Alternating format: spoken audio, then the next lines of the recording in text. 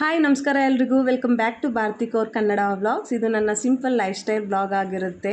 ಇದರಲ್ಲಿ ನಾನು ಮಾರ್ನಿಂಗ್ ರೂಟೀನ್ಸಲ್ಲಿ ಯಾವ ಥರ ನಮ್ಮ ಮನೇನ ಕ್ಲೀನ್ ಮಾಡ್ಕೊತೀನಿ ವಿತೌಟ್ ಎನಿ ಹೆಲ್ಪ್ ಅದನ್ನು ತೋರಿಸುತ್ತಾ ನನ್ನ ಜರ್ನಿಯ ಕೆಲವು ಮುಖ್ಯವಾದ ಮಾತುಗಳನ್ನು ನಿಮ್ಮ ಜೊತೆ ಈ ಪರ್ಟಿಕ್ಯುಲರ್ ಬ್ಲಾಗಲ್ಲಿ ಶೇರ್ ಮಾಡ್ತೀನಿ. ಅದೂ ಅತ್ತೆ ಮನೆಗೆ ಹೋದ್ಮೇಲೆ ನಂದು ಮತ್ತು ನಮ್ಮ ಅತ್ತೆದು ಯಾವ ಥರ ರೆಪೋ ಇತ್ತು, ನಮ್ಮಿಬ್ಬರಲ್ಲಿ ಏನಕ್ಕೆ ಮಿಸ್ಅಂಡರ್ಸ್ಟ್ಯಾಂಡಿಂಗ್ ಶುರುವಾಯಿತು, ಏನಕ್ಕೆ ಜಗಳಗಳು ಶುರುವಾಯಿತು, ಅದ್ರ ಬಗ್ಗೆ ಎಲ್ಲನೂ ವಿಸ್ತಾರವಾಗಿ ನಿಮಗೆ ತಿಳಿಸ್ಕೊಡ್ತೀನಿ. ಅದಕ್ಕೂ ಮುಂಚೆ ಕೆಲವರು ಕಾಮೆಂಟ್ ಮಾಡ್ತಾ ಇದ್ದಾರೆ, ನಮ್ಮದು ಡೀಟೇಲ್ಡ್ ಲವ್ ಸ್ಟೋರಿ ಹೇಳಿ ಮತ್ತು ಮ್ಯಾರೇಜ್ ಸ್ಟೋರಿ ಹೇಳಿ, ಯಾರನ್ನ ಪ್ರಪೋಸ್ ಮಾಡಿರೋದು ಮತ್ತು ಪೇರೆಂಟ್ಸ್ನ ಯಾವ ಥರ ನಾವು ಕನ್ವಿನ್ಸ್ ಮಾಡಿದ್ವಿ, ಅದ್ರ ಬಗ್ಗೆ ಎಲ್ಲನೂ ನಾನು ವಿಸ್ತಾರವಾಗಿ ನಿಮ್ಮ ಜೊತೆ ಮಾತಾಡಬೇಕು ಅಂತ ತುಂಬ ಆಸೆ. ಬಟ್ ನಾನು ಒಬ್ಬಳೇ ಅಲ್ಲ, ನಮ್ಮ ಯಜಮಾನ್ರನ್ನ ಪಕ್ಕದಲ್ಲಿ ಕೂರಿಸ್ಬಿಟ್ಟು ಅವ್ರ ಜೊತೆ ನಾನು ಎಲ್ಲ ಶೇರ್ ಮಾಡಬೇಕು ಅಂತ ತುಂಬ ಆಸೆ ನನಗೆ. ಇಲ್ಲ ಅಂದರೆ ಈ ಥರ ವಾಯ್ಸ್ ಓವರ್ ಕೊಡೋದಕ್ಕೆ ಎಷ್ಟೊತ್ತಾಗುತ್ತೆ ಹೇಳಿ. ಒಂದ್ಸಲ ನಾನು ಪ್ಲ್ಯಾನ್ ಮಾಡ್ಕೊಂಡು ಕೂತ್ಕೊಂಡ್ಬಿಟ್ರೆ ಫಟಾಫಟ್ ಅಂತ ವಾಯ್ಸ್ ಓವರ್ ಕೊಟ್ಬಿಡ್ತಾ ಇರ್ತೀನಿ, ಎಲ್ಲನೂ ಹೇಳ್ಬಿಡ್ತಾ ಇರ್ತೀನಿ, ಏನು ಬಾಯಿಗೆ ಬರುತ್ತೋ ಅದೆಲ್ಲನೂ ಹೇಳ್ತಾ ಇರ್ತೀನಿ. ಬಟ್ ನಮ್ಮದು ಲವ್ ಸ್ಟೋರಿ ಜರ್ನಿ ಮತ್ತು ಮ್ಯಾರೇಜ್ ಸ್ಟೋರಿ ಜರ್ನಿ ತುಂಬ ಸೆನ್ಸಿಟಿವ್ ಆಗಿಯೂ ಇದೆ. ನಾನು ಆಲ್ರೆಡಿ ಕೆಲವು ವ್ಲಾಗ್ಸ್ಗಳಲ್ಲಿ ಬೇಸಿಕ್ಕಾಗಿ ಹೇಳಿದ್ದೀನಿ, ತುಂಬ ಡೀಟೇಲ್ಡ್ ಹೇಳಿಲ್ಲ. ಬಟ್ ಅದ್ರ ಬಗ್ಗೆ ನಾವು ವಿಸ್ತಾರವಾಗಿ ಹೇಳಬೇಕಂದ್ರೆ ನಮ್ಮ ಯಜಮಾನ್ರು ಇದ್ರೇ ನನ್ನ ಪಕ್ಕ ಚಂದ. ಅವ್ರದ್ದು ಒಂದು ಎಕ್ಸ್ಪೀರಿಯೆನ್ಸನ್ನು ಶೇರ್ ಮಾಡ್ತಾರೆ. ಯಾಕಂದರೆ ನಾವು ಮದುವೆಗೆ ಮುಂಚೆನೇ ಕೆಲವು ದಿನ ಅಂದರೆ ಕೆಲವು ತಿಂಗಳು ಒಟ್ಟಾಗಿಯೂ ಸ್ಟೇ ಮಾಡಿದ್ವಿ ಗುರ್ಗಾವಲ್ಲಿ. ಮತ್ತು ನಮ್ಮ ಯಜಮಾನ್ರು ಮದುವೆಗೆ ಮುಂಚೆನೇ ನಮ್ಮ ಮನೇಲಿ ಅಂದರೆ ಬೆಂಗಳೂರಲ್ಲಿನೂ ಸ್ಟೇ ಮಾಡಿದ್ರು. ಅದು ಏಕೆ ಏನು ತುಂಬ ಎಕ್ಸೈಟ್ಮೆಂಟಿಂದ ನಿಮ್ಮ ಜೊತೆ ಶೇರ್ ಮಾಡ್ಕೋಬೇಕು. ಮತ್ತು ತುಂಬ ಎಮೋಷ್ನಲ್ ಪೀರಿಯಡು ಕೂಡ ಆಗಿತ್ತು ಅದು ನಮ್ಮ ಜರ್ನಿಯಲ್ಲಿ ಅಂತ ಹೇಳ್ಬೋದು. ನಾನು ಅಬ್ಸರ್ವ್ ಮಾಡ್ದಂಗೆ ಕೆಲವರು ಒಳ್ಳೆ ಸಬ್ಸ್ಕ್ರೈಬರ್ ನಂಗೆ ಸಿಕ್ಕಿದ್ದಾರೆ. ಅವರು ನಮ್ಮ ಬಗ್ಗೆ ಎಲ್ಲನೂ ತಿಳ್ಕೊಬೇಕು ಅಂತ ಆಸೆ ಪಟ್ಟಿದ್ದಾರೆ. ಸೊ ಅವ್ರಿಗೆ ನಾನು ಯಾವಾಗಲೂ ಡಿಸಪಾಯಿಂಟ್ ಮಾಡಲ್ಲ, ಎಲ್ಲ ಜರ್ನಿನೂ ನಿಮ್ಮ ಜೊತೆ ಶೇರ್ ಮಾಡ್ಕೊತೀನಿ. ಬಟ್ ಅದೇ ನಾನು ಹೇಳ್ದಂಗೆ ನಮ್ಮ ಯಜಮಾನ್ರು ಮಂತ್ ಬಿಗಿನಿಂಗಲ್ಲಿ ಸ್ವಲ್ಪ ಬ್ಯುಸಿ ಆಗಿಬಿಡ್ತಾರೆ, ಮಂತ್ ಮಿಡಲ್ಲಿ ಸ್ವಲ್ಪ ಲೂಸ್ ಆಗಿಬಿಡ್ತಾರೆ. ಆವಾಗ ಅವ್ರನ್ನ ಹಿಡ್ಕೊಂಡು ಪಕ್ಕದಲ್ಲಿ ಕೂರಿಸಿ ನಿಮ್ಮ ಜೊತೆ ಎಲ್ಲನೂ ಶೇರ್ ಮಾಡ್ಕೊತೀನಿ, ಓಕೆನಾ. ಈಗ ಸೊಸೆಯಾದ ನಾನು ನಮ್ಮ ಅತ್ತೆ ಮನೆಯಲ್ಲಿ ಏನಕ್ಕೆ ಜಗಳ ಮಾಡಿದೆ, ಪಾಪ ಅವ್ರ ಮನೆಯಲ್ಲೆಲ್ಲನೂ ಜಗಳ ಮಾಡಿಬಿಟ್ಟು ಏನಕ್ಕೆ ಬೇರೆ ಬಂದುಬಿಟ್ಟಿದ್ದೀನಿ, ಅದ್ರ ಬಗ್ಗೆ ಎಲ್ಲನೂ ಹೇಳ್ತೀನಿ. ಜನರಲ್ ಆಗಿ ನಮ್ಮ ಸೊಸೈಟಿಯಲ್ಲಿ ಅತ್ತೆ ಮತ್ತು ಸೊಸೆ ಬಗ್ಗೆ ಯಾವ ಥರ ಮಾತಾಡ್ತಾರೆ ಗೊತ್ತಾ. ಸೊಸೆ ಏನಾದರೂ ಅತ್ತೆ ಜೊತೆ ಇದ್ದರೆ, ಅಪ್ಪ ತುಂಬ ಒಳ್ಳೆ ಸೊಸೆ ಅಪ್ಪ, ಅತ್ತೆ ಜೊತೆ ಇದ್ದಾಳೆ, ತುಂಬ ಅನ್ಯೋನ್ಯವಾಗಿ ಮನೇನ ನಡ್ಸ್ಕೊಂಡು ಹೋಗ್ತಾ ಇದ್ದಾಳೆ ಅಂತ ಹೇಳ್ತಾರೆ. ಸೊಸೆ ಏನಾದರೂ ಮಗನ್ನ ಕರ್ಕೊಂಡು ಬೇರೆ ಮನೆಗೆ ಮಾಡಿಬಿಟ್ರೆ, ಅಪ್ಪ ಬಜಾರಿ ನೋಡಪ್ಪ, ಅತ್ತೆ ಹತ್ರ ಜಗಳ ಮಾಡಿಬಿಟ್ಟು ಅಮ್ಮ ಮತ್ತು ಮಗನ್ನ ಬೇರೆ ಮಾಡಿಬಿಟ್ಟಿದ್ದಾಳೆ ಅಂತಲೂ ಜಡ್ಜ್ಮೆಂಟ್ ಮಾಡಿಬಿಡ್ತಾರೆ. ಬಟ್ ಪ್ರಾಕ್ಟಿಕಲಿ ಕೆಲವರು ಅತ್ತೆಯವರು ತುಂಬ ಎಮೋಷ್ನಲ್ ಆಗಿರ್ತಾರೆ. ಅವ್ರ ಮಗನ ಬಗ್ಗೆ, ಅವರ ಒಂದು ಪರಿವಾರದ ಬಗ್ಗೆ ಅವರು ತುಂಬ ಅಡ್ಜಸ್ಟ್ಮೆಂಟ್ ಮಾಡ್ಕೊತಾರೆ. ನಾನು ನೋಡ್ದಂಗೆ ಯಾರು ಸೊಸೆ ಮತ್ತು ಅತ್ತೆ ಒಂದೇ ಮನೆಯಲ್ಲಿ ಇದ್ಬಿಟ್ಟು ಚೆನ್ನಾಗಿರ್ತಾರೋ ಆ ಮನೇಲಿ ದೊಡ್ಡವರಾಗಿರ್ತಾರಲ್ಲ ಅತ್ತೆ ಮಾವ, ಅವ್ರು ತುಂಬ ಮೆಚ್ಯೂರ್ ಆಗಿರ್ತಾರೆ. ಸೊಸೆ ಬರೋಕ್ಕೆ ಮುಂಚೆನೇ ಅವ್ರು ಪ್ರೀ ಪ್ಲ್ಯಾನ್ ಮಾಡಿರಲ್ಲ. ಸೊಸೆ ಬಂದಮೇಲೆ ನಾನು ಅವಳನ್ನ ಈ ಕೆಲಸ ಮಾಡಿಸ್ತೀನಿ, ಆ ಕೆಲಸ ಮಾಡ್ತೀನಿ, ಚಿಕ್ಕ ವಯಸ್ಸಿಂದ ನಾನು ನನ್ನ ಮಗನ್ನ ಬೆಳೆಸಿದ್ದೀನಿ, ದೊಡ್ಡವನಾಗ್ಬಿಟ್ಟಿದ್ದಾನೆ, ನನ್ನದು ಸೊಂಟ ನೋವ್ತಾ ಇದೆ, ನಾನು ಮುದುಕಿ ಆಗಿಬಿಟ್ಟಿದ್ದೀನಿ, ಇವಾಗ ಸೊಸೆ ಬಂದಮೇಲೆ ನನಗೆ ಆರಾಮ ಬೇಕು ಅಂತ ಒಬ್ಬೊಬ್ಬರು ಪ್ರೀ ಪ್ಲ್ಯಾನ್ ಮಾಡ್ಕೊಂಡ್ಬಿಡ್ತಾರೆ, ಮೈಂಡ್ನ ಸೆಟ್ ಮಾಡ್ಕೊಂಡ್ಬಿಡ್ತಾರೆ. ಸೊ ಅಂಥ ಮೈಂಡ್ ಸೆಟ್ ಇರೋರ ಮನೆಗಳಲ್ಲಿ ಸೊಸೆ ಮನೆ ಒಳಗಡೆ ಕಾಲಿಟ್ಟ ತಕ್ಷಣ ಒಂದು ವಾರ ಅಷ್ಟೇ ನಾರ್ಮಲ್ ಆಗಿರುತ್ತೆ, ಎಲ್ಲನೂ ಲೈಫೆಲ್ಲನೂ ಸ್ಮೂದಾಗಿ ಹೋಗುತ್ತೆ. ಆಮೇಲೆ ನೋಡಬೇಕು ಎಲ್ಲನೂ ಅವ್ರದ್ದು ಏನೇನು ಪ್ರೀ ಪ್ಲ್ಯಾನ್ ಮಾಡಿರ್ತಾರಲ್ಲ ಅದೆಲ್ಲ ಎಕ್ಸ್ಪೆಕ್ಟೇಷನ್ಸು ಸೊಸೆದ ಮೇಲೆ ತೋಪೋದಕ್ಕೆ ಟ್ರೈ ಮಾಡ್ತಾರೆ. ಸೊ ಆವಾಗ ಜಗಳಗಳು ಶುರು ಆಗೋದಕ್ಕೆ ಸಾಧ್ಯ ಆಗುತ್ತೆ. ಇನ್ನೊಂದು ಕಡೆ ಏನಾಗುತ್ತೆ ಗೊತ್ತಾ, ಅತ್ತೆಯವ್ರು ತುಂಬ ಒಳ್ಳೆಯವರಾಗಿರ್ತಾರೆ.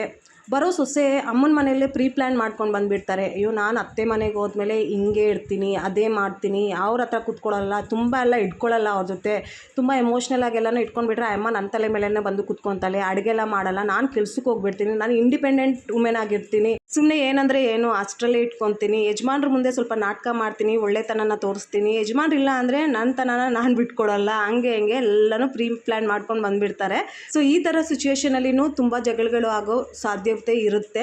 ಎಲ್ಲ ಅತ್ತೆನೂ ಒಳ್ಳೆಯವರಲ್ಲ, ಎಲ್ಲ ಸೊಸೆನೂ ಕೆಟ್ಟವರಲ್ಲ, ಎಲ್ಲ ಸೊಸೆನೂ ಒಳ್ಳೆಯವರಲ್ಲ, ಎಲ್ಲ ಅತ್ತೆನೂ ಕೆಟ್ಟವರಲ್ಲ. ಸೊ ಎಲ್ಲರನ್ನೂ ನಾವು ಒಂದೇ ಲೆವೆಲಲ್ಲಿ ಜಡ್ಜ್ ಮಾಡಬಾರ್ದು. ಒಳ್ಳೆಯವ್ರಿಗೆ ಕೆಟ್ಟವರು ಸಿಗ್ತಾರೆ, ಕೆಟ್ಟವ್ರಿಗೆ ಒಳ್ಳೆಯವರು ಸಿಗ್ತಾರೆ. ಸೊ ಜೀವನದಲ್ಲಿ ಹ್ಯುಮ್ಯಾನಿಟಿ ಎಷ್ಟು ಮ್ಯಾಟರ್ ಆಗುತ್ತೆ, ಒಬ್ಬರನ್ನ ಯಾವ ಥರ ಟ್ರೀಟ್ ಮಾಡ್ತಾರೆ, ಅದ್ರ ಮೇಲೆ ಒಂದು ರಿಲೇಷನ್ಶಿಪ್ಪು ತುಂಬ ಸ್ಟ್ರಾಂಗ್ ಆಗುತ್ತೆ. ಸೊ ಇದೆಲ್ಲ ಜನರಲ್ ಆಗಿ ನಾನು ಹೇಳಿರೋದು. ಇವಾಗ ನನ್ನ ಒಂದು ಪ್ರಾಕ್ಟಿಕಲ್ ಎಕ್ಸ್ಪೀರಿಯೆನ್ಸ್ನ ನಿಮ್ಮ ಜೊತೆ ಶೇರ್ ಮಾಡ್ತೀನಿ. ನಾನು ಸೊಸೆಯಾಗಿ ನಮ್ಮ ಅತ್ತೆ ಮನೆಗೆ ಹೋದ್ಮೇಲೆ ಏನೇನಾಯಿತು, ನನ್ನ ಮತ್ತು ನಮ್ಮ ಅತ್ತೆಯ ಜಗಳ ಏನಕ್ಕೆ ಶುರುವಾಯಿತು, ಅದ್ರ ಬಗ್ಗೆ ಸ್ವಲ್ಪ ವಿಸ್ತಾರವಾಗಿ ನಿಮಗೆ ಹೇಳ್ತೀನಿ. ನಿಮ್ಮೆಲ್ಲರಿಗೂ ಗೊತ್ತಿರೋ ಹಾಗೆ ನಮ್ಮದು 2 ಮ್ಯಾರೇಜಸ್ ಆಗಿದೆ. ಒಂದು ಹಿಂದೂ ಧರ್ಮದ ಪ್ರಕಾರ ಸೌತಲ್ಲಿ ಹಿಂದೂ ಟೆಂಪಲಲ್ಲಿ ಮ್ಯಾರೇಜ್ ಆಗಿತ್ತು, ಇನ್ನೊಂದು ಸಿಖ್ ಧರ್ಮದ ಪ್ರಕಾರ ನಮ್ಮ ಅತ್ತೆಯವ್ರು ಮಾಡಿಕೊಟ್ರು. ಸೊ ಆ ಮದುವೆ ಮಾಡಿಕೊಟ್ಟಾಗ ನಾನು ಒಂದೇ ಒಂದು ತಿಂಗಳು ಮಾತ್ರನೇ ಅವ್ರ ಮನೇಲಿ ಇದ್ದಿದ್ದು. ಆ ಒಂದು ತಿಂಗಳಲ್ಲಿ ನಾವು ತುಂಬ ಒಳ್ಳೆ ಟೈಮ್ನ ಸ್ಪೆಂಡ್ ಮಾಡಿದ್ವಿ. ನಾನು ಆ್ಯಸ್ ಎ ಪರ್ಸನ್ ತುಂಬ ಓಪನ್ ಹಾರ್ಟೆಡು, ನಾನು ತುಂಬ ಚೆನ್ನಾಗಿ ಎಲ್ಲರ ಹತ್ರನೂ ಮಾತಾಡ್ತೀನಿ, ಒಂದು ಮೂಲೆಯಲ್ಲಿ ಕೂತ್ಕೊಳ್ಳಲ್ಲ. ಅವ್ರು ಬಂದು ಮಾತಾಡಬೇಕು ಅಂತ ಹೇಳ್ಬಿಟ್ಟು ನಾನೇ ಹೋಗ್ಬಿಟ್ಟು ಅವ್ರ ಜೊತೆ ಎಲ್ಲ ಮಾತಾಡ್ತೀನಿ. ಮತ್ತು ಅವ್ರು ನನ್ನ ಕೆಲಸ ಹೇಳಿದ್ರೆ ಮಾಡಬೇಕು ಅಂತನೂ ಅಲ್ಲ, ನಾನೇ ಹೋಗ್ಬಿಟ್ಟು ಎಲ್ಲ ಮಾಡ್ತಾಯಿದ್ದೆ. ಸೊ ನಮ್ಮ ಅತ್ತೆನೂ ಅಬ್ಸರ್ವ್ ಮಾಡಿದ್ರು ನನ್ನ ನಡವಳಿಕೆಗಳೆಲ್ಲನೂ. ಮತ್ತು ನಾನು ತುಂಬ ಹಾನೆಸ್ಟಾಗಿ ಎಲ್ಲನೂ ನನ್ನ ಬಗ್ಗೆ ಎಲ್ಲನೂ ಹೇಳ್ತಾ ಇದ್ದೆ. ಬಟ್ ನಮ್ಮ ಅತ್ತೆ ಮನೆಯಲ್ಲಿ ಯಾರೂ ಅವ್ರ ಬಗ್ಗೆ ಅಷ್ಟು ಓಪನಾಗಿ ಎಲ್ಲನೂ ಡಿಸ್ಕಸ್ ಮಾಡ್ತಾ ಇರಲಿಲ್ಲ. ಬರೀ ನಾನು ಹೇಳೋದನ್ನು ಕೇಳಿಸ್ಕೊತಾ ಇದ್ದರು. ಆವಾಗಲೇ ನಮ್ಮ ಯಜಮಾನ್ರು ನನಗೆ ಸ್ವಲ್ಪ ಇಶಾರೆ ಮಾಡಿದ್ರು, ಇಷ್ಟೆಲ್ಲ ಓಪನಾಗಿ ಮಾತಾಡಬೇಡ ಅಂತ ಹೇಳ್ಬಿಟ್ಟು. ಯಾಕೆಂದರೆ ಕೆಲವ್ರಿಗೆ ಇಷ್ಟ ಆಗಲ್ಲ, ಏನಪ್ಪ ಈ ಹುಡುಗಿ ತುಂಬ ಮಾತಾಡ್ತಾ ಇದ್ದಾಳೆ, ತುಂಬ ಆ್ಯಕ್ಟಿವ್ ಆಗಿದ್ದಾಳೆ, ಹಂಗೆ ಹಿಂಗೆ ಅಂತ ಅಂದ್ಕೊಂಡ್ಬಿಡ್ತಾರೆ ಅಂತ ಹೇಳ್ಬಿಟ್ಟು ನಮ್ಮ ಯಜಮಾನ್ರು ಸ್ವಲ್ಪ ಕಡಿಮೆ ಅಂತ ಹೇಳ್ಬಿಟ್ಟು ಆವಾಗಲೇ ನನಗೆ ಇಶಾರ ಮಾಡ್ತಾಯಿದ್ರು. ಸೊ 1 ತಿಂಗಳು ಆ ಥರ ನಡೀತು. ನಾನು ಮತ್ತೆ ಬೆಂಗಳೂರಿಗೆ ಬಂದುಬಿಟ್ಟೆ. ನಾನು ನಮ್ಮ ಯಜಮಾನ್ರು ಇಬ್ಬರೂ ಬೆಂಗಳೂರಲ್ಲಿ ಕೆಲಸ ಮಾಡ್ತಾಯಿದ್ವಿ. ಸೊ ಅದಕ್ಕೆ ನಾವು ಮತ್ತೆ ಬೆಂಗಳೂರಿಗೆ ವಾಪಸ್ ಬಂದುಬಿಟ್ವಿ. ನಂದು ಪ್ರೆಗ್ನೆನ್ಸಿ ಜರ್ನಿ ಆವಾಗ ಶುರು ಆಯಿತು. ಮಗು ಆದಮೇಲೆ 3 ತಿಂಗಳಿಗೆ ಅಲ್ಲ 2 ತಿಂಗಳಿಗೆ ನಮ್ಮ ಅತ್ತೆ ಬಂದಿದ್ರು ನಮ್ಮ ಮನೆಗೆ, ಬೆಂಗಳೂರಿಗೆ ಬಂದಿದ್ದರು. ಅತ್ತೆ ಜೊತೆ ಅವ್ರ ಮಗಳು ಬಂದಿದ್ರು, ಅಂದರೆ ನನ್ನ ಸಿಸ್ಟರ್ ಇನ್ ಲಾನು ಬಂದಿದ್ರು. ಅವರಿಬ್ಬರನ್ನ ನಾವು ಹಿಂದೂ ಟೆಂಪಲ್ಗೆ ಕರ್ಕೊಂಡೋಗಿದ್ವಿ. ನಮ್ಮದು ಮದುವೆ ಆಗಿತ್ತಲ್ಲ ಹಿಂದೂ ಟ್ರೆಡಿಷನ್ ಪ್ರಕಾರ, ಆ ಟೆಂಪಲ್ಗೆ ಕರ್ಕೊಂಡೋಗಿದ್ವಿ. ಒಂದು ಪಿಕ್ನಿಕ್ ಥರ ಮಾಡ್ಕೊಂಡು ಕರ್ಕೊಂಡೋಗಿದ್ವಿ. ನಮ್ಮಮ್ಮ ಅಡುಗೆ ಎಲ್ಲ ಮಾಡಿದ್ರು. ಬೆಳಗ್ಗೆನೇ ಕ್ಯಾಬ್ನ ಬುಕ್ ಮಾಡಿಬಿಟ್ಟು ನಾನು, ನಮ್ಮಮ್ಮ, ನಮ್ಮ ಯಜಮಾನ್ರು, ನನ್ನ ಚಿಕ್ಕ ಮಗ ಇದ್ದ ಕೈಯಲ್ಲಿ ಅವನು, ಮತ್ತು ನಮ್ಮ ಅತ್ತೆ, ನಮ್ಮ ಸಿಸ್ಟರ್ ಇಲ್ಲ, ಎಲ್ಲರೂ ಹೋಗಿದ್ವಿ. ಎಲ್ಲನೂ ನಾನು ಸ್ಟೋರಿ ಎಲ್ಲ ಹೇಳ್ತಾ ಇದ್ದೆ. ಆಶು ಹಿಂಗೆ ಪಂಚೆ ಉಟ್ಕೊಂಡಿದ್ದ, ನೀವು ನೋಡಿದ್ರಲ್ಲ ಫೋಟೋಸು, ಹಂಗೆ ಹಿಂಗೆ ಅಂತ ಹೇಳ್ಬಿಟ್ಟು ನಾವು ಮಾತಾಡಿಕೊಂಡು ತಿರ್ಗಾಡ್ಕೊಂಡು ಸ್ವಲ್ಪ ಹೊತ್ತು ಕೂತ್ಕೊಂಡ್ವಿ. ಆಮೇಲೆ ದರ್ಶನ ಮಾಡಿದ್ಮೇಲೆ ನಮಗೆ ಪ್ರಸಾದ ಕೊಟ್ಟರು ಪೂಜಾರಿ ಅವರು. ಆ ಪ್ರಸಾದನ ನನ್ನ ಸಿಸ್ಟರ್ ಇನ್ ಲಾ ಬಂದುಬಿಟ್ಟು ಬಿಸಾಕ್ಬಿಟ್ಲು.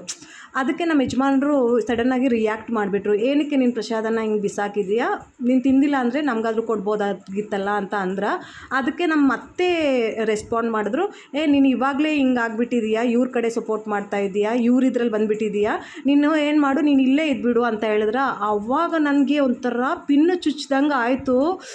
ಸುಮ್ಮನೆ ಕಂಟ್ರೋಲ್ ಮಾಡಿಕೊಂಡೆ, ಸುಮ್ಮನೆ ಆಗಿಬಿಟ್ಟೆ. ನಮ್ಮ ಅಮ್ಮನೂ ನನ್ನ ಮುಖ ನೋಡ್ತಾಯಿದ್ರು, ನಾನು ಅವ್ರ ಮುಖ ನೋಡ್ತಾ ಇದ್ದೆ. ಒಂಥರ ನಂಗೆ ಬೇಜಾರಾಯಿತು. ಅದಾದಮೇಲೆ ಎಲ್ಲನೂ ನಾರ್ಮಲಾಗೇ ಇತ್ತು. ನಾವು ಲಾಲ್ಬಾಗ್ ಕರ್ಕೊಂಡೋಗಿದ್ವಿ ಅವ್ರಿಗೆ. ಎಲ್ಲನೂ ಅಲ್ಲಿ ಸುತ್ತಿಬಿಟ್ಟು ಸ್ವಲ್ಪ ಟೈಮ್ ಸ್ಪೆಂಡ್ ಮಾಡಿಬಿಟ್ಟು ಮನೆಗೆ ಬಂದ್ವಿ. ಮನೆಗೆ ಬಂದಮೇಲೆ ನಮ್ಮ ಅಮ್ಮ ನಾನ್ ವೆಜ್ ಎಲ್ಲ ಮಾಡಿದರು, ತಿಂದು ಎಲ್ಲನೂ ನಾರ್ಮಲಾಗೇ ಇತ್ತು.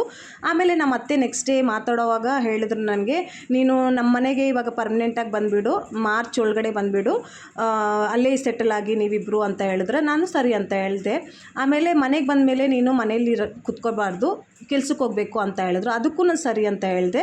ಆಮೇಲೆ ನಮ್ಮ ಯಜಮಾನ್ರ ಹತ್ರ ಮಾತಾಡಿಬಿಟ್ಟು ಈ ಡೇಟ್ಗೆ ಟ್ರೈನ್ ಬುಕ್ ಮಾಡ್ಕೊ, ಹಂಗೆ ಹಿಂಗೆ ಅಂತ ಹೇಳಿದ್ರು. ಅವರು ಅದೇ ಪ್ರಕಾರನೇ ಟ್ರೈನೆಲ್ಲ ಬುಕ್ ಮಾಡಿಕೊಂಡು ನಾವು ಮೆಂಟಲಿ ಪೂರ್ತಿ ಪ್ರಿಪೇರ್ ಆಗಿಬಿಟ್ವಿ ಅತ್ತೆ ಮನೆಗೆ ಪರ್ಮನೆಂಟಾಗಿ ಹೋಗಬೇಕು ಅಂತ ಹೇಳ್ಬಿಟ್ಟು. ಸೊ ನಾವು ಪ್ಲ್ಯಾನ್ ಮಾಡ್ಕೊಂಡಂಗೆ 2012 ಫೆಬ್ರವರಿ ಎಂಡಲ್ಲಿ ನಾನು ನಮ್ಮ ಅತ್ತೆ ಮನೆಗೆ ಪರ್ಮನೆಂಟಾಗಿ ಹೋಗಿರೋದು. ನಮ್ಮ ಯಜಮಾನ್ರು ಅವ್ರ ಮನೆಗೆ ಮದುವೆ ಆದಮೇಲೆ ಪರ್ಮನೆಂಟಾಗಿ ಹೋಗಿರೋದು. ನನ್ನ ಪುಟ್ಟ ಪಾಪು, ನನ್ನ ಕಂದಮ್ಮ ಮೊದಲನೇ ಮಗ, ಆ ಅಜ್ಜ ತಾತನ ಮನೆಗೆ ಮೊದಲ ಬಾರಿ ಹೋಗಿರೋದು. ಸೊ ಎಲ್ಲನೂ ತುಂಬ ಚೆನ್ನಾಗಿತ್ತು, ಸಖತ್ತಾಗಿತ್ತು, ಒಂದು ಎಕ್ಸೈಟ್ಮೆಂಟ್ ಇತ್ತು ಹೊಸ ಜರ್ನಿನ ಶುರು ಮಾಡೋದಕ್ಕೆ. ನಮ್ಮ ಅತ್ತೆ ನಂಗೆ ಫಸ್ಟೇ ಹೇಳ್ಬಿಟ್ಟಿದ್ರು, ನೀನು ಕೆಲ್ಸಕ್ಕೆ ಹೋಗ್ತೀಯಾ, ಮನೇಲಿ ಕೂತ್ಕೊಳ್ಳಲ್ಲ ಅಂತ ಹೇಳ್ಬಿಟ್ಟು. ಬಟ್ ನಮ್ಮ ಮಾವ ನನ್ನನ್ನು ಇಮಿಡಿಯೇಟಾಗಿ ಕೆಲಸಕ್ಕೆ ಕಳಿಸೋದಕ್ಕೆ ಒಪ್ಕೊಳ್ಳಿಲ್ಲ. ಯಾಕಂದರೆ ಮಗು ಚಿಕ್ಕವನಾದ್ರಿಂದ ಅವ್ರು ಹೇಳಿದ್ರು, ಅಟ್ಲೀಸ್ಟ್ ಮಿನಿಮಮ್ 6 ಮಂತ್ಸ್ ಆದರೂ ಆಗಲಿ, ಆಮೇಲೆ ಬೇಕಾದರೆ ಕೆಲ್ಸಕ್ಕೆ ಹೋಗ್ತಾಳೆ ಅಂತ ಹೇಳಿದ್ರು. ಆಮೇಲೆ ಹಂಗೆ ನಾನು ಮನೆಯಲ್ಲೇ ಎಲ್ಲನೂ ಕೆಲಸ ಎಲ್ಲ ಫಟಾಫಟ್ ಅಂತ ಮಾಡ್ಕೊತಾ ಇದ್ದೆ. ನನ್ನ ಪರ್ಸ್ನಾಲಿಟಿ ನೀವು ನೋಡ್ದಂಗೆ ನನ್ನ ಬ್ಲಾಗ್ಸಲ್ಲಿನೂ ನಾನು ಹಿಂಗೆ ನಮ್ಮ ಅತ್ತೆ ಮನೆಯಲ್ಲೂ ಇದ್ದಿದ್ದು ಎಲ್ಲ ಕೆಲಸನೂ ನಾನು ಆ್ಯಕ್ಟಿವ್ ಆಗಿ ಮಾಡ್ಕೊತಾ ಇದ್ದೆ. ನನಗೆ ಅದು ಬರಲ್ಲ, ಇದು ಬರಲ್ಲ, ರೋಟಿ ಮಾಡಲ್ಲ, ಅದು ಮಾಡಲ್ಲ, ಯಾವಾಗಲೂ ಆ್ಯಕ್ಟಿಂಗ್ ಮಾಡಿಲ್ಲ, ಎಲ್ಲನೂ ಆ್ಯಕ್ಟಿವ್ ಆಗಿ ಮಾಡಿ ತೋರಿಸಿದ್ದೆ ಅವ್ರಿಗೆ. ಸೊ ಆದ್ದರಿಂದ ಅವ್ರಿಗೆ ಎಕ್ಸ್ಪೆಕ್ಟೇಷನ್ ತುಂಬ ಲೆವೆಲಲ್ಲಿ ಆಗಿಬಿಟ್ಟಿತ್ತು. ಕೆಲ್ಸಕ್ಕೆ ಹೋದ್ಮೇಲೂ ನಾನು ಅದೇ ರೀತಿ ಮಾಡಬೇಕು ಅಂತ ಎಕ್ಸ್ಪೆಕ್ಟೇಷನ್ ಇಟ್ಟಿದ್ರು. ಕೆಲ್ಸಕ್ಕೆ ಹೋದ ಸ್ಟಾರ್ಟಿಂಗಲ್ಲಿನೂ ನಾನು ಎಲ್ಲನೂ ಮ್ಯಾನೇಜ್ ಮಾಡ್ತಾ ಇದ್ದೆ. ಅಡುಗೆ ಮಾಡೋದು, ಪಾತ್ರೆ ತೊಳೆಯೋದು, ಮಗನಿಗೆ ಹಾಲು ಕುಡಿಸೋದು, ಮತ್ತು ಮಗಂದು ಕಕ್ಕಸ್ ಮಾಡಿರೋ ಬಟ್ಟೆ ಇರುತ್ತೆ ಅದೆಲ್ಲ ಒಗೆಯೋದು. ಆಮೇಲೆ ನಮ್ಮ ಅತ್ತೆಗೆ ಪಾಠ ಪೂಜೆ ಮಾಡ್ಕೊಂಡು ಬಂದಮೇಲೆ ಟೀ ಮಾಡಿ ಕೊಟ್ಟು ಆಮೇಲೆ ನಾನು ಕೆಲ್ಸಕ್ಕೆ ಹೋಗ್ತಾ ಇದ್ದೆ. ಮತ್ತು ಕೆಲಸದಿಂದ ಬಂದಮೇಲೇನೂ ಅಡುಗೆ ಮಾಡೋದು, ಪಾತ್ರೆ ತೊಳೆಯೋದು, ಎಲ್ಲರಿಗೂ ಫುಡ್ ಸರ್ವ್ ಮಾಡೋದು, ಮತ್ತು ನನ್ನ ಬಟ್ಟೆಗಳು ನಾನು ರಾತ್ರಿಯೇ ಒಗ್ದು ಇಟ್ಕೊತಾ ಇದ್ದೆ. ಯಾಕಂದರೆ ನಂದು ಬಟ್ಟೆಗಳನ್ನ ನಮ್ಮ ಅತ್ತೆ ಒಗಿತಾ ಇರಲಿಲ್ಲ, ಮಿಷಿನಲ್ಲಿ ಹಾಕ್ತಾ ಇರಲಿಲ್ಲ, ಅವರು ಬೇಡ ಅಂತ ಹೇಳಿದ್ರು. ಸೊ ಅದಕ್ಕೆ ನನ್ನ ಬಟ್ಟೆನ ನಾನೇ ಒಗಿತಾ ಇದ್ದೆ. ಮತ್ತು ನಾನು ಒಣಗಾಕಿರೋ ಬಟ್ಟೆನ ಮಳೆ ಬಂದ್ರೂ ಅವ್ರು ಎತ್ತಾ ಇರಲಿಲ್ಲ. ಸೊ ಅದೆಲ್ಲ ನನಗೆ ತುಂಬ ಬೇಜಾರು ಕೊಡ್ತಾ ಇತ್ತು. ನಮ್ಮ ಯಜಮಾನ್ರಿಗೆ ಅವಾಗೆಲ್ಲ ಹೇಳ್ಕೊತಾನೆ ಇರಲಿಲ್ಲ. ನಾನು ಯಾವಾಗಲಿದ್ರೂ ಅವ್ರ ಹತ್ರ ಡೈರೆಕ್ಟಾಗಿ ಕ್ವಶನ್ ಮಾಡ್ತಾಯಿದ್ದೆ, ನೀವು ಯಾಕೆ ಹಿಂಗೆ ಮಾಡ್ತಾ ಇದ್ದೀರಾ ಅಂತ ಹೇಳ್ಬಿಟ್ಟು. ಸೊ ಅದರಿಂದ ತೂತು ಮೇಮೆ ಸ್ವಲ್ಪ ಶುರು ಆಯಿತು. ಅದಲ್ದಿರ ನಮ್ಮ ನಮ್ಮದು ತುಂಬ ದೊಡ್ಡ ಜಾಯಿಂಟ್ ಫ್ಯಾಮಿಲಿ. ನಮ್ಮ ಅತ್ತೆ ಮಾವ ಅಲ್ದಿರ, ನಮ್ಮ ಅತ್ತೆಗೆ ಇನ್ನೂ 3 ಜನ ಮಕ್ಕಳಿದ್ದಾರೆ, ನನ್ನ ಯಜಮಾನ್ರು ಅಲ್ದಿರ. ಅವರು ಎಲ್ಲರೂ ಇದ್ಕೊಂಡು ಎಲ್ಲ ಎಕ್ಸ್ಪೆಕ್ಟೇಷನು ನನ್ನ ಮೇಲೇ ಯಾಕೆ ಮಾಡ್ತೀರಾ ಅಂತ ನಾನು ಕ್ವಶನ್ ಕೇಳ್ತಾ ಇದ್ದೆ. ಸೊ ಅದಕ್ಕೆ ಇವಳು ತುಂಬ ಮಾತಾಡ್ತಾಳೆ, ತುಂಬ ರೋಪ್ ಹೊಡಿತಾ ಇದ್ದಾಳೆ. ಕೆಲ್ಸಕ್ಕೆ ಹೋದ್ಮೇಲೆ ಇವಳು ತುಂಬ ಬದಲಾಗ್ಬಿಟ್ಲು. ಅವ್ರಿಗೆ ಅರ್ಥ ಆಗ್ತಿರಲಿಲ್ಲ, ಕೆಲ್ಸಕ್ಕೆ ಹೋದ್ಮೇಲೆ ಇವ್ಳಿಗೂ ಸ್ಟ್ರೆಸ್ ಸಿಗ್ತಾ ಇದೆ ಅಂತ ಹೇಳ್ಬಿಟ್ಟು. ನಾನು ಮನೇಲಿ ಇರೋವಾಗ ಯಾವ ಥರ ಮಾಡ್ತಾ ಇದ್ನೋ ಅದೇ ಥರ ಮಾಡಬೇಕು ಅಂತ ಎಕ್ಸ್ಪೆಕ್ಟೇಷನ್ ಇಟ್ಕೊಂಡಿದ್ರು. ನಾನು ಒಂದು ಚಿಕ್ಕ ಕ್ವಶನ್ ಅವ್ರಿಗೆ ಕೇಳಿದಾಗ ದೊಡ್ಡ ಜಗಳವಾಗೇ ಕನ್ವರ್ಟ್ ಆಗಿಬಿಡ್ತಾ ಇತ್ತು. ಸೊ ಆ ರೀತಿ ನಮ್ಮದು ಜಗಳ ಶುರು ಆಗಿರೋದು, ನೆಕ್ಸ್ಟ್ ಲೆವೆಲ್ಗೆ ಹೋಗ್ಬಿಟ್ಟಿತ್ತು. ಆ ಜಗಳದಲ್ಲಿ ಕೆಲವು ಮಾತುಗಳಿರುತ್ತೆ ಅಲ್ಲ, ನನಗೆ ಗೊತ್ತಿರಲ್ಲ ಇವ್ರು ನನ್ನ ಬಗ್ಗೆ ಇದೆಲ್ಲ ಅಂದ್ಕೊಂಡಿರ್ತಾರೆ ಅಂತ ಹೇಳ್ಬಿಟ್ಟು ಆ ಮಾತುಗಳೆಲ್ಲ ಹೇಳಿಬಿಟ್ರು. ನಾನು ಹಿಂಗೆ ಕಾಣಿಸ್ತೀನಿ, ಹಂಗೆ ಕಾಣಿಸ್ತೀನಿ, ನನ್ನ ಮೇಲೆ ಯಾರ್ಯಾರು ಏನು ಹೇಳಿದ್ರು ಅದೆಲ್ಲನೂ ಹೇಳ್ತಾಯಿದ್ರು. ಮತ್ತು ನಾನು ನಮ್ಮ ಯಜಮಾನ್ರನ್ನ ಮಾಯಮಂತ್ರ ಮಾಡಿಕೊಂಡು ಮದುವೆ ಮಾಡ್ಕೊಂಡಿದ್ದೆ, ಹಂಗೆ ಹಿಂಗೆ ಅದೆಲ್ಲನೂ ಹೇಳ್ತಾಯಿದ್ರು. ಅತ್ತೆ ಮನೆಗೆ ಹೋದ 1 ವರ್ಷದಲ್ಲಿ ಇದೆಲ್ಲ ನಡೀತು. ಆವಾಗ ನನ್ನ ಸಪೋರ್ಟ್ ಸಿಸ್ಟಮ್ ಅಂತ ಹೇಳಿದ್ರೆ ನಮ್ಮ ಮಾವ ಒಬ್ಬರೇ. ನಮ್ಮ ಯಜಮಾನ್ರು ನನಗೆ ಸಪೋರ್ಟ್ ಮಾಡ್ತಾ ಇರಲಿಲ್ಲ, ಅವ್ರು ಏನು ಹೇಳ್ತಾನೆ ಇರಲಿಲ್ಲ, ಭಯದಿಂದ ಸುಮ್ಮನೆ ಹಿಂದ್ಗಡೆ ನಿಂತ್ಕೊಳ್ತಾ ಇದ್ರು. ನಮ್ಮ ಮಾವ ನನಗೆ ಯಾವಾಗಲೂ ಸಪೋರ್ಟ್ ಮಾಡ್ತಾಯಿದ್ರು. ಇವಳು ಕರೆಕ್ಟಾಗಿ ಹೇಳ್ತಾ ಇದ್ದಾಳೆ ಅಂತ ಹೇಳ್ತಾರೆ. ಯಾಕಂದರೆ ದೊಡ್ಡ ಫ್ಯಾಮ್ಲಿಯಲ್ಲಿ ಒಬ್ಬರ ಮೇಲೇ ಎಲ್ಲ ಎಕ್ಸ್ಪೆಕ್ಟೇಷನ್ ಇಟ್ಕೊಂಡ್ರೆ ತುಂಬ ಒಬ್ರಿಗೆ ಬೇಜಾರಾಗುತ್ತೆ ತಾನೇ, ತುಂಬ ಒಂದು ಫಿಸಿಕಲಿ ಮೆಂಟಲಿ ಹ್ಯಾರಾಸ್ಮೆಂಟ್ ಆಗಿಬಿಡುತ್ತೆ ಅಂತ ಅರ್ಥ ಮಾಡಿಸ್ತಾ ಇದ್ರು. ನಮ್ಮ ಅತ್ತೆ ಬಗ್ಗೆ ಕೆಲವು ಮಾತುಗಳನ್ನ ನಿಮಗೆ ಹೇಳಬೇಕು ಅಂತ ಹೇಳಿದ್ರೆ, ಅವರು ತುಂಬ ಫ್ಯಾಮಿಲಿ ಓರಿಯೆಂಟೆಡ್ ಆಗಿದ್ದರು, ಮನೆಯಲ್ಲೇ ಇರ್ತಾಯಿದ್ರು. ಸೋಷಿಯಲಿ ಅವ್ರಿಗೆ ಅಷ್ಟು ಅವೇರ್ನೆಸ್ ಇರಲಿಲ್ಲ, ಅವರು ಓದೂ ಸಹ ಇರಲಿಲ್ಲ. ಮನೆಯಲ್ಲಿ ಮಕ್ಕಳು ಯಜಮಾನರು ಅಂತ ಸೇವೆ ಮಾಡಿ ಮಾಡಿ ಮಾಡಿ ಮಾಡಿ ಮಾಡಿ ಟಯರ್ಡ್ ಆಗಿಬಿಟ್ಟಿದ್ರು. ಅವ್ರದ್ದು ಒಂದು ಎಕ್ಸ್ಪೆಕ್ಟೇಷನ್ ಇತ್ತು, ಬಹು ಅಂತ ಬಂದಮೇಲೆ ಇದೆಲ್ಲ ಮಾಡಿಸ್ತೀನಿ ಅದೆಲ್ಲ ಮಾಡಿಸ್ತೀನಿ ಅಂತ ಅಂದ್ಕೊಂಡಿದ್ರು. ಅದಲ್ದಿರ ಇನ್ನೊಂದು ಡಿಸಪಾಯಿಂಟ್ಮೆಂಟ್ ಏನಂತ ಹೇಳಿದ್ರೆ, ಇಬ್ಬರು ಬೆಳೆದಿರೋ ಗಂಡು ಮಕ್ಕಳು, ಅಂದರೆ ದೊಡ್ಡ ಗಂಡು ಮಕ್ಕಳಿಗೆ ಮದುವೆ ಆಗಿಲ್ಲ, ಮತ್ತು ಬೆಳೆದಿರೋ ಹೆಣ್ಮಗಳಿಗೆ ಮದುವೆ ಆಗಿಲ್ಲ. ಈ ನನ್ನ ಮಗ 3ನೇ ಒಂದು ಮದುವೆ ಮಾಡ್ಕೊಂಡ್ಬಿಟ್ಟಿದ್ದಾನೆ, ಅದೂ ಬೇರೆ ಧರ್ಮದಲ್ಲಿ, ಸೌತ್ ಇಂಡಿಯನು, ಕಪ್ಪಗೆ ಬೇರೆ ಇದ್ದಾಳೆ, ನೋಡೋದಕ್ಕೆ ಚೆನ್ನಾಗೂ ಇಲ್ಲ, ಹಂಗೆ ಹೆಂಗೆ ಅಂತ ಅವ್ರದ್ದು ಒಂದು ಜಡ್ಜ್ಮೆಂಟ್ ಇರುತ್ತೆ ಅಲ್ವಾ. ಸೊ ಆ ರೀತಿ ನಮ್ಮದು ಜಗಳ ಶುರು ಆಯಿತು. ಅದಾದಮೇಲೆ ನಮ್ಮ ಜರ್ನಿಯಲ್ಲಿ ಏನೇನಾಯಿತು ಅದೆಲ್ಲ ಬೇರೆ ಬ್ಲಾಗಲ್ಲಿ ಹೇಳ್ತೀನಿ. ಅಲ್ಲಿವರೆಗೂ ನನ್ನ ಎಲ್ಲ ಬ್ಲಾಗ್ಸನ್ನು ನೋಡಿ ನನ್ನ ಜರ್ನಿ ಅಂಡರ್ಸ್ಟ್ಯಾಂಡ್ ಆಗುತ್ತೆ ಅಂತ ರಿಕ್ವೆಸ್ಟ್ ಮಾಡ್ಕೊತಾ ಇದ್ದೀನಿ. ಮತ್ತು ನಮ್ಮ ಕಂಟೆಂಟ್ ಇಷ್ಟ ಆದರೆ ಪ್ಲೀಸ್ ವೀಡಿಯೋಸ್ನ ಲೈಕ್ ಮಾಡಿ, ಮತ್ತು ನಮ್ಮ ಚಾನಲ್ನ ಸಬ್ಸ್ಕ್ರೈಬೂ ಸಹ ಮಾಡಿ ಸಪೋರ್ಟ್ ಮಾಡಿ ಅಂತ ರಿಕ್ವೆಸ್ಟ್ ಮಾಡ್ಕೊತಾ ಇದ್ದೀನಿ. ಮತ್ತೆ ಸಿಗೋಣ, bye, take care, have a great day.